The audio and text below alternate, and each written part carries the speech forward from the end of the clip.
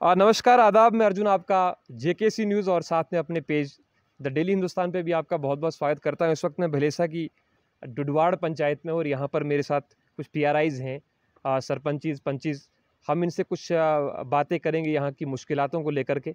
आपको बता दूँ कि इस इलाके में आज बहुत बर्फ़बारी हुई है और यहाँ से जो ऊपर के इलाके हैं वहाँ तो बहुत ज़्यादा खस्ता हालत है इस वक्त। वहाँ पे रोड्स भी बहुत जगह हमें सोर्सेज़ से खबरें मिली कि वो बंद पड़ी हुई हैं अभी भी। और लोगों की बहुत सारी परेशानियां हैं, वो चाहे बर्फ़ को लेकर के हों, पानी को लेकर के हों, बिजली को लेकर के हों, बहुत सारी समस्याएं लोगों को हैं। उसी को लेकर के हम चर्चा करेंगे, यहाँ पे बात करेंगे। या सर, क्या नाम है आपका? मोहम्मद अशरफ वानी। मोहम्मद अशरफ वानी साहब, जो यहाँ डुडवाड़ पंचायत के नायब सरपंच भी हैं। अशरफ साहब, आप मुझे बताएं कि पहले, सबसे पहले, कि बर्फ़बारी में कैसा रहा, क्या क्या मुश्किलातें यहाँ के लोगों को आ रही है? शुक्रिया अर्जुन साहब। बर्फ़बारी में तो लोगों को बहुत परेशानी का सामना करना पड़ा, क्योंकि एक बार मशीन से रोड क्लियर करके तब तक दोबारा बर्फ़ आने लगी। उससे कोई भी लोगों को सहारा नहीं मिला। पानी, बिजली, सब तरीक़ों से लोगों को बड़ी मुश्किलात का सामना करना पड़ा। बाद में तो कुछ रोज़ बाद मशीनें वगैरह लग के तो थोड़ी थोड़ी सड़कों से बर्फ़ हटाई गई, लेकिन अभी भी कुछ इलाके हैं जहां अभी भी गाड़ी वगैरह की सहूलियत दस्तयाब नहीं है। पानी को लेकर के किसी प्रकार की समस्याएं यहाँ पर ऐसी आ रही हैं या नहीं? पानी का तो बहुत ही ये क्या बोलते हैं खस्ता हालत रही, क्योंकि कोरा वगैरह लगने से पाइपें जम गई और लोगों को बर्फ़ पिघाल पिघाल के तो पानी का गुजारा करना पड़ा। असर साहब, मुझे बताएंगे, एक मेन मुद्दा इस वक्त जो है हमारे विलेज में है कि जो हमारे पंचायत में खास करके जो काम आ रहे हैं, और चाहे वो कैपेक्स में आ रहे हों या दूसरे तरीके से आ रहे हों, लेकिन उसमें लोगों की शिकायतें ये आ रही हैं कि जहाँ पर किसी चीज़ का एस्टीमेट होता है, या जैसे रख लो कि 12 लाख का काम है या 20 लाख का काम है, वो एक इंजीनियर द्वारा बनाया गया प्रोजेक्ट होता है जिसमें उतना पैसा लगना होता है। लेकिन यहाँ बहुत सारे ठेकेदार ऐसा करते हैं, या मजबूरी में भी करना पड़ता है, लेकिन कंपटीशन इतनी ज़्यादा है कि लो टेंडरिंग पे वो चीज़ें ली जाती हैं और उसकी वजह से लोगों को कहीं न कहीं उसका नुकसान हो रहा है। आप बताएँ कि इसमें कितनी सच्चाई है, और सचमुच में क्या लोगों को नुकसान हो रहा है इस चीज़ का? और अगर हो रहा है तो किस तरीके से हो रहा है? क्योंकि आप भी इस फील्ड में हैं, आप भी इस चीज़ को जानते हैं अच्छे से कि कितना ज़्यादा लॉस हो रहा है पैसे का, सरकारी पैसे का, जो यहाँ लगना चाहिए पंचायतों पर, मगर बदकिस्मती से वो अभी लग नहीं रहा है। देखिए अर्जुन साहब, इस पे मैं तफसीली बात करूँगा। चाहे कोई भी स्कीम हो, कैपेक्स हो, स्टेट हो शेयर हो, डिस्ट्रिक्ट शेयर हो, कोई भी प्लान आता है, हम पीआरआईज जो हैं पंचायत लेवल पे हम अपना प्लान दे देते हैं। मिसाल के तौर पे अगर हम 5 लाख का काम देते हैं, लेकिन सरकार ने एक ऐसी पॉलिसी की, ई टेंडरिंग का तो किया था, इसमें तो चोर बाज़ारी ख़त्म हुई थी। लेकिन एक नई बात निकाली कि छोटे छोटे ठेकेदारों को डी क्लास कार्ड के इशू कर दिए, बौछार हो गई उन कार्डों की। आज उन ठेकेदारों को पता नहीं है कि हमें कमाना भी है इधर से कुछ, कि ठेकेदार ही बनना है। जहां पंचायत का हिस्सा कहीं मान लीजिए 23 लाख रुपया कैपेक्स बजट में आया, उसमें हमने हर वार्ड से 3-3 लाख के काम रखे।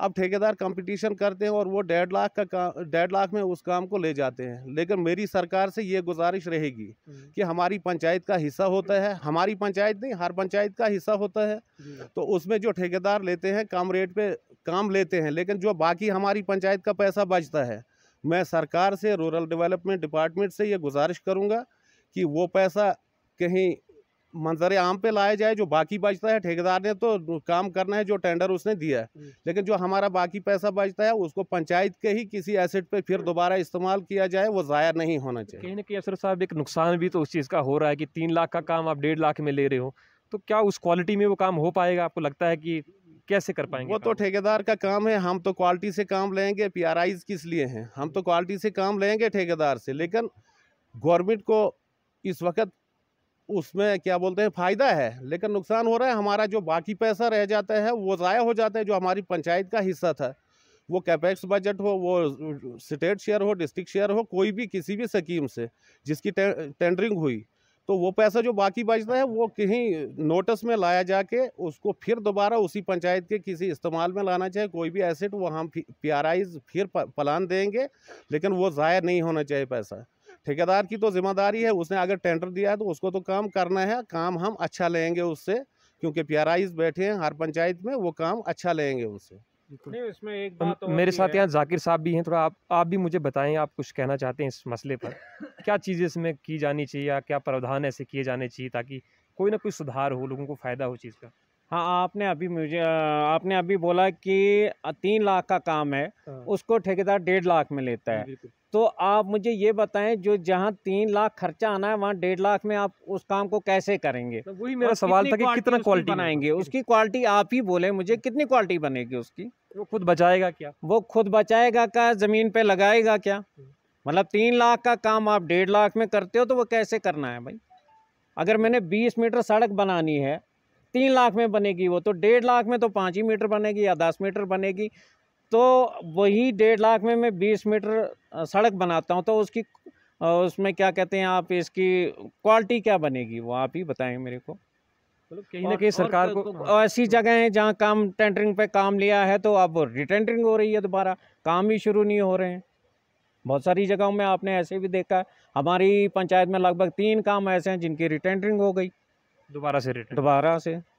तो कारण वही क्या हाल रहा फिर हो शायद? जाएगा। कारण वही रहा होगा कि कम कारण लो वही है, टेंडरिंग। जब लोगों ने आके ग्राउंड पे देखा भाई काम कितना है, तो जब काम हमने दिखाया भाई हमने ये काम लिखा है इतना, तो जब हमने 3 लाख का लिखा था तो वो 1.5 लाख पे उन्होंने दिया, तो वो कहता है ये हो ही नहीं सकता है, तो ठेकेदार पीछे भाग जाता है।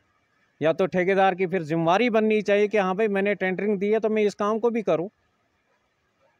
कहीं न कहीं सरकार को इसमें प्रावधान करने की ज़रूरत है हाँ, इसमें, बहुत ज़्यादा क्योंकि ज़रूरत है। बहुत सारी शिकायतें यहाँ आम आम आ रही हैं। ये कोई इस पंचायत की बात नहीं है, भलेसा की विभिन्न पंचायतों से ये सुनने में आ रहा है कि बहुत सारी जगहों पर कहीं पे तो काम अच्छा हो जाता है, लेकिन बदकिस्मती से लास्ट पे ठेकेदार ये बोलते हुए नज़र आते हैं कि हमें इसमें कोई बचत ही नहीं हुई, तो वो बचत उसको होनी भी कहाँ से थी? तो कहीं न कहीं सरकार को इसमें प्रावधान करना चाहिए, इस बारे में सोचना चाहिए कि अगर 5 लाख का प्रोजेक्ट है या 10 लाख का है, 20 लाख का है, तो उसका पैसे का यूटिलाइज़ेशन किस तरीके से किया जाए, अच्छा स्टैंडर्ड काम कैसे करवाया जाए, तो कुछ तब्दीलियाँ करने की इसमें बहुत ज़रूरत है, ताकि पंचायत में इस तरीके से काम ना रुकें। बहुत सारी जगहों पे अभी ज़ाकिर साहब ने भी कहा कि काम जो है री-टेंडरिंग हो रहे हैं। कारण यही है कि या तो लो टेंडरिंग पे लिया हुआ है और ठेकेदार ने जो है हैंड्स अप कर लिए कि वो इस काम को नहीं कर सकता इतने पैसे में। ऐसा भी बहुत सारी जगह पे हुआ।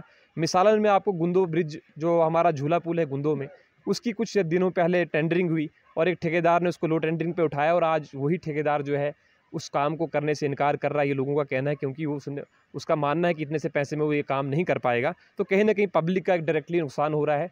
तो सरकार को चाहिए कि वो जो है लोगों की इन चीज़ों को सुने और इस चीज़ को जो है धरातल पर उतारने के लिए कम से कम जो है अच्छे से इन स्कीमों को यूटिलाइज़ करने के लिए कोई नए तरीके से इसमें प्रावधान ढूँढे जाएँ, ताकि काम अच्छी तरीके से हो, स्टैंडर्ड का काम हो, ताकि यहाँ के लोगों को उसका फ़ायदा हो, ना कि इन चीज़ों का नुकसान, जो कि ज़्यादातर हमें दिखाई दे रहा है कि अभी तक 50% से भी ज़्यादा इसका नुकसान हमें दिखाई दे रहा है, फ़ायदा नहीं दिखाई दे रहा है। जेकेसी न्यूज़ के लिए अर्जुन ठाकुर, भलेसा, डोडा, काट।